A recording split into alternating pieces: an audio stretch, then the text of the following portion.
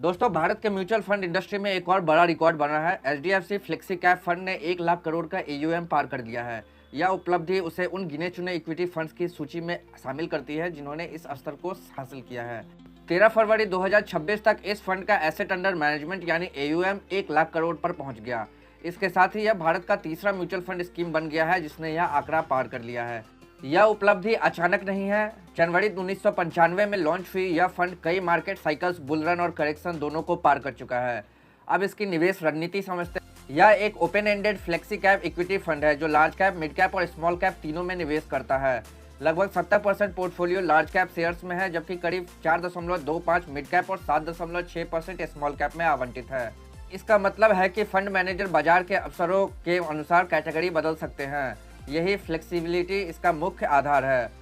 Performance की बात करें तो शुरुआत से अब तक फंड ने लगभग 18.72% का रिटर्न दिया है। पिछले एक साल में लगभग 16.52% और पिछले 3 साल में करीब 22.31% का रिटर्न दर्ज किया गया है।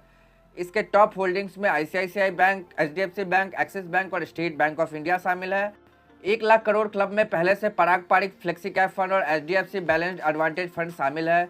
तीनों फंड की एक समानता है, लॉन्ग टर्म वेल्थ क्रिएशन पर फोकस और रिसर्च ड्रिवन अप्रोच। यह माइलस्टोन सिर्फ एयूएम का आंकड़ा नहीं है बल्कि निवेशक के भरोसे और लंबे समय की भागीदारी का संकेत है। लेकिन याद रखें, बड़ा एयूएम भविष्य के रिटर्न की गारंटी नहीं देता। मार्केट कंडीशन और स्ट्रक्चरल बदलाव आगे के परिणामों को प्रभावित कर सकते हैं। दोस्तों, आपका क्या विचार है? क्या बड़ा एयूएम फंड को ज़्यादा स्थिर बनाता है या फ्लेक्सिबिलिटी कम करता है? कमेंट सेक्शन में जरूर बताएं। और अगर आपको ये वीडियो पसंद आया हो तो प्लीज़ इस वीडियो को लाइक और चैनल को सब्सक्राइब कर दीजिए।